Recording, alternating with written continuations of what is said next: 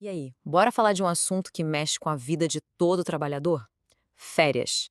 Mas e quando a empresa não concede as férias no prazo? O que acontece? Pois é, hoje a gente vai desvendar de vez as regras sobre férias vencidas aqui no Brasil. É um conhecimento, olha, essencial para garantir que os direitos de todo mundo no mercado de trabalho sejam respeitados. Então, vamos direto ao ponto com aquela pergunta que com certeza muita gente já se fez.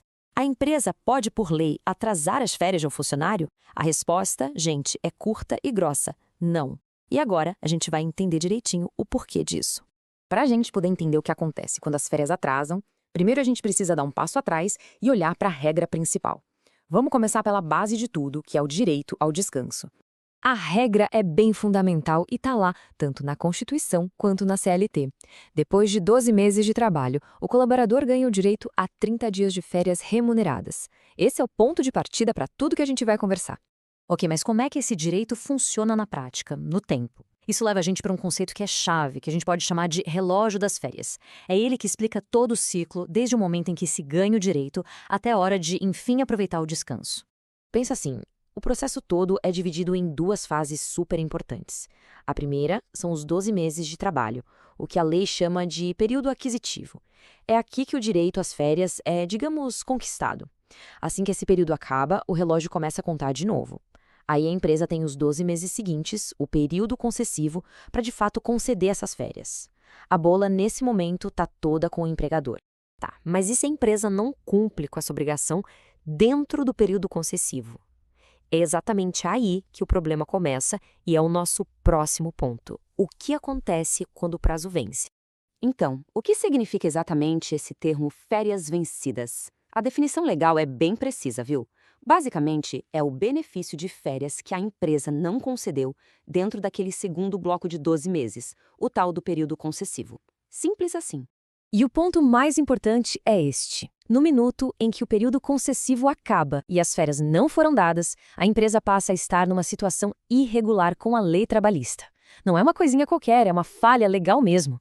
E claro, essa falha legal tem uma consequência bem direta e, olha, bastante pesada para a empresa. Vamos ver qual é a punição que a lei prevê: o famoso pagamento em dobro. Para esse cálculo ficar bem claro para todo mundo, vamos usar um exemplo prático. Imagina só um colaborador que tem um salário base de R$ 3.000 por mês.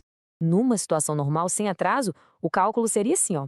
Pega o salário de 3.000, soma com aquele famoso texto constitucional, que nesse caso dá mais R$ 1.000. Ou seja, o total a receber pelas férias tiradas no prazo certinho seria de R$ 4.000. Só que a lei é claríssima sobre o atraso. O artigo 137 da CLT, ele não deixa nenhuma dúvida, saca só. Sempre que as férias forem concedidas fora do prazo, o empregador pagará a respectiva remuneração em dobro. Não tem margem para interpretação. E agora, vamos aplicar essa regra no nosso exemplo. Aquele valor que era de R$ 4.000 é simplesmente dobrado. O pagamento pelas férias vencidas, nesse caso, pula para R$ 8.000. É uma diferença e tanto. E tem mais. Essa regra vai além do dinheiro. Tem 3 pontos aqui que são cruciais. Primeiro, esse direito ao pagamento em dobro vale até mesmo se houver uma demissão. Segundo, e isso é fundamental, a multa não apaga o direito ao descanso, tá? O colaborador ainda tem que tirar as férias. E por último, não importa o motivo do atraso. Se foi desatenção, problema de fluxo ou até uma negativa do gestor, a regra é a mesma. Mas atenção, é muito importante saber que o direito aos 30 dias de férias não é algo absoluto. Existem sim algumas situações que podem mudar essa conta. Vamos então para as exceções importantes à regra. A principal exceção tem a ver com faltas não justificadas durante aquele primeiro ano, o período aquisitivo. A CLT tem uma tabelinha para isso. Com até 5 faltas, tudo certo, o direito aos 30 dias continua. Mas conforme o número de ausências sem justificativa vai aumentando, a quantidade de dias de férias a que se tem direito vai diminuindo. É progressivo e pode até chegar a zero, caso as faltas passem de 32 naquele período de um ano. E tudo isso que a gente conversou nos leva a uma reflexão final, né? Agora que as regras, os prazos e as consequências estão mais claros, fica a pergunta no ar. No ambiente de trabalho, o direito ao descanso está sendo levado a sério? Conhecer a lei é sempre o primeiro e o mais poderoso passo para garantir que a resposta para essa pergunta seja sempre sim.